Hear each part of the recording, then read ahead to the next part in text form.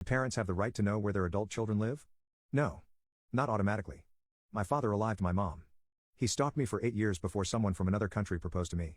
I left, and at that time I left, I didn't look back. I married him in his country. For the first time in over 30 years, I felt free. I felt the closest thing to unconditional love. 14 years I had freedom until my abusive father tracked me down. I helped him briefly, long distance, and then cut off my involvement. Long story short, 2 years later, I was court-ordered in his U.S. state to be his power of attorney and healthcare power of attorney. He was 89 then. The state was one of many U.S. states with elder abandonment laws.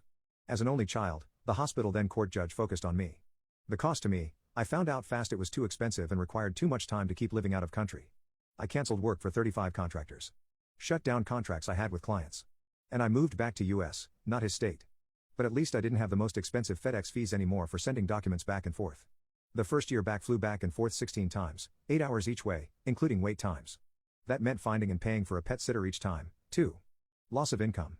My father was a full-time job, and then some. I wasn't just managing accounts payable and double-checking his healthcare decisions. Father had multiple lawsuits he had started that either needed new lawyers or dropping. He also had appointed himself as head of a non-profit where all board members had died, then was creating strange ways to fundraise that likely were I would call shady, violating consumer protection laws, and likely violating IRS regulations. The judge ordered me to reorganize that non-profit. And no, I wasn't paid for legal work.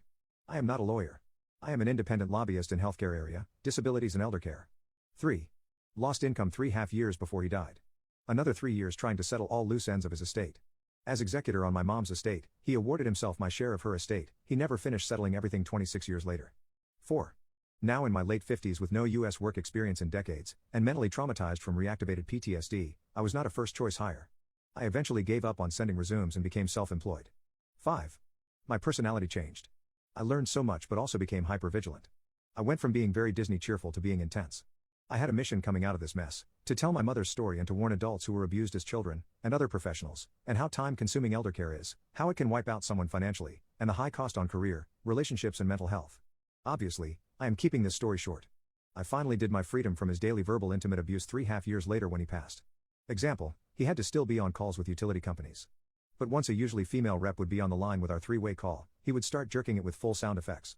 Or if he detected from her voice that she might be black, he would start in with racist comments. I would disconnect the call.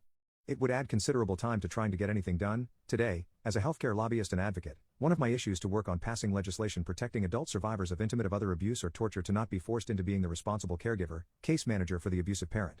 It reactivates PTSD. It also isn't wise for health reasons for the abuse survivor or the parent. 1 in 4 kids grows up being abused. We need a better care plan for elderly or disabled in U.S. No. Abusive parents should not have automatic rights to track down kids they abused.